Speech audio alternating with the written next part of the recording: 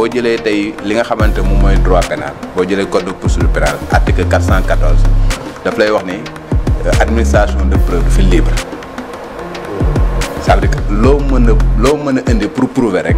boo ñëwee dafay recevable donc boo xoolee nag sur la base de cet article là procureur ci boppam pour condamner quelqu'un mën na indi preuve bu ko neex que mu nekk audio que mu nekk écrit que mu nekk ay témoignages que mu nekk lu mu mënti doon. mën na ko indi de la même manière également ki nga xamante moom la ñu topp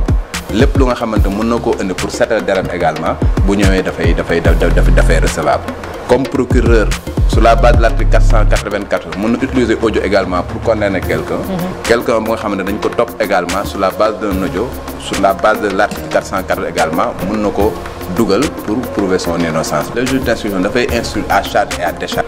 dafa war a nekk nit ku nga xamante ne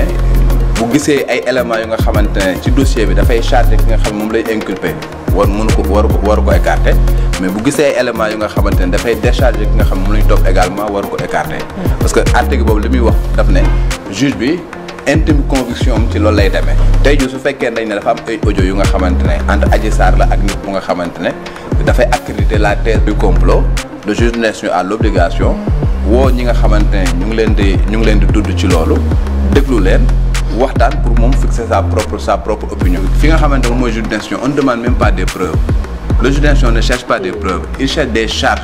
xam nga pour charger ki nga xamante ne moom la ñu inculpé wala mu ut ay éléments yu nga xamante daf koy décharger. léegi fa nga xamante ne fa la ñuy ute ay preuves ak nangam c'est dans la juridiction de jugement supposons par exemple ñu ne dañ koy toppee pour viol ak pédophilie amul ay éléments yu nga xamante ne moom mooy conforter par exemple viol bi mais am na ay éléments par exemple yu conforter pédophilie par exemple boobaa day def non-lieu partiel en ce qui concerne le viol mais toppee ko peut-être pédophilie comprendre nga loolu mooy le juge d'instruction li mu def mais fii ku mel ne Ousmane Sonko par exemple liñ koy toppee viol lañ koy toppee donc tey bu fekkee ne amul ay éléments yu nga xam moom mooy conforter mooy koy charger ci viol bi boobaa non-lieu lay def non-lieu total bu boobaa duñ ko sax juger bu amee nag éléments yu nga xam ne daf koy conforter bu boobaa daf koy renvoyer devant la juridiction de jugement maintenant nag bu ñu ñëwee foofu juridiction de jugement bi foofu ku ci nekk preuve boo mën di indi procureur bu mu mën di indi pour charger ko da koy indi Ousmane Sonko également preuve bu mu mën indi pour décharger boppam da koy indi mu nekk audio mu nekk lu mu mën di doon bu ñëwee foofu dafay nekk lu nga xam ne du recevable la maintenant nag li nga xam moom la fi texte bi wax yooyu bu ñëwee il faut que ñu discuter ci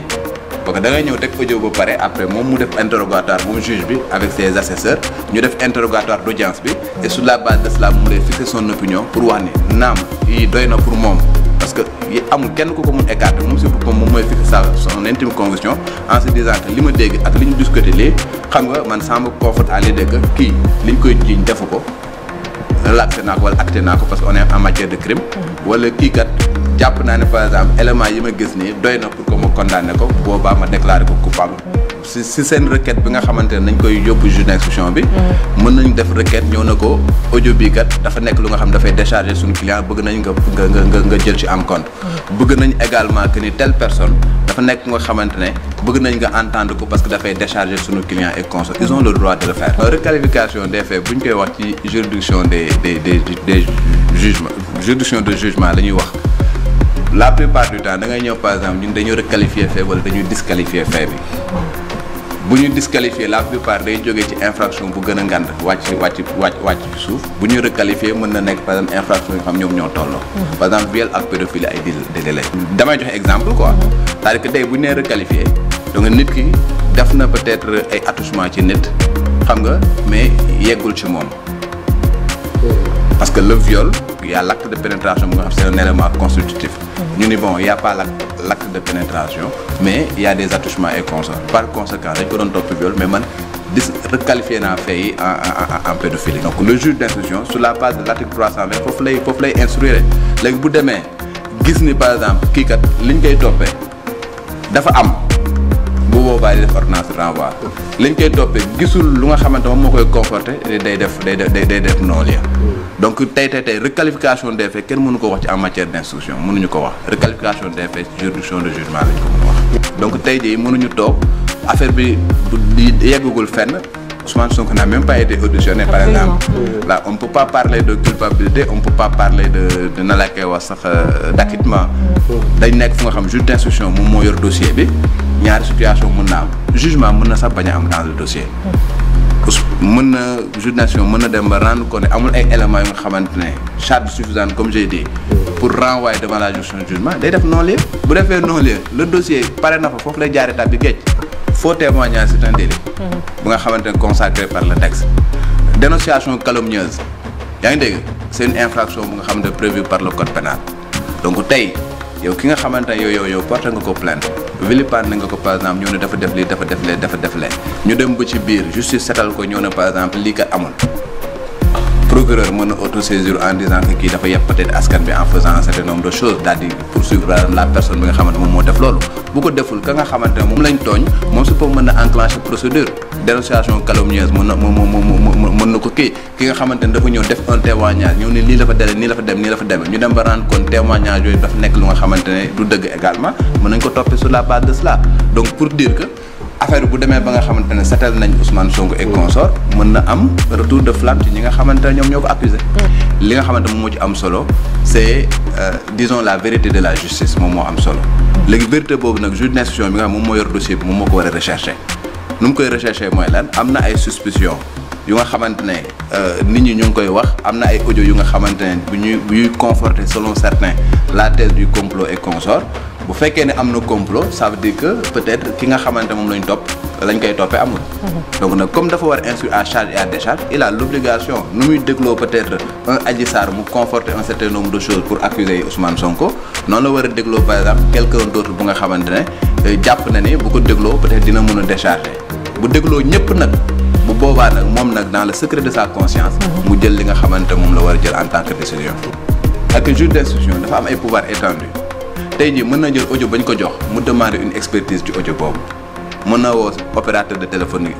yi kii ñëw na leen dama bëgg dañ ne am na conversation entre diw ak diw dama bëgg par exemple ngeen xoolal ma ndax effectivement conversation boobu am na. mën na ñu jox ko par exemple mu ni man lii bon amuluma benn njëriñ ci procédure bi nga xam man maa koy def. ma teg ko de côté amul lenn kenn ku ko mën obligé par rapport à tout cela ordonnance de renvoi c'est un document. à partir de ce moment là ordonnance de renvoi ñu mën nañ ko attaquer. xam nga en disant que ils ont des éléments yu nga xamante ne moom mooy conforté wala bu ñu demee bu ñu ko renvoyé ba demande juge bi nga xamante moom moo war a juger ñu ñëwaat également ak seen i éléments ñëw présenter ko foofu pour au moins en fin de compte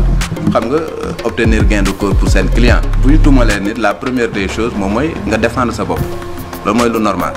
et puis même tey boo xoolee par exemple suñu code de procédure pénale prévoir na li ñuy woowee par exemple une demande reconventionnelle c'est-à-dire que même bu porté wul plainte bu ñu demoon tey ba ñu dem ba ñu war koo juger par exemple supposer que juge d'instruction bi pare woon daal di koy jël renvoyer ko devant une juridiction de jugement ñu war koo juger tey juge moom am na possibilité certain même bu porté wu plainte mu def li ñuy woowee une demande reconventionnelle mu ñëw moom si boppam demander des dommages et intérêts assez conséquents à Adji Sarr xam nga pour procédure abusive. dañ ne bu fekkee ne da nga enregistré nit ki à son insu wala nga photo ko à son insu daal di koy diffuser xam nga wala nga que mu nekk vidéo que mu nekk enregistrement que mu nekk photo su fekkee ni da nga ko def am na benn daan bu nga xamante ne day dal ci kaw daan bu nga xamante ne mi ngi toll ci 1 an te mën na dem ba juróomi atu kaso. loolu c'est inséré dans notre code pénal depuis 2016. c'est-à-dire que li nga xamante ne yow da nga ko ñëw nga déposer ko dans le cadre d'un dossier pour prouver un certain nombre de choses ça n'a absolument rien à voir avec lu nga xamante yow da nga ñëw rek ci sa coobare bopp nga ñëw diffuser ko ci médias yeeg affaire genre yëpp. ce qu'on te reprocherait mooy tey ma enregistré yow à ton insu ma dugal ko ci Facebook ma dugal ko ci Twitter wala ma partage ci ay WhatsApp et consorts te damay jël par exemple tey jii y a un dossier qui est pendant.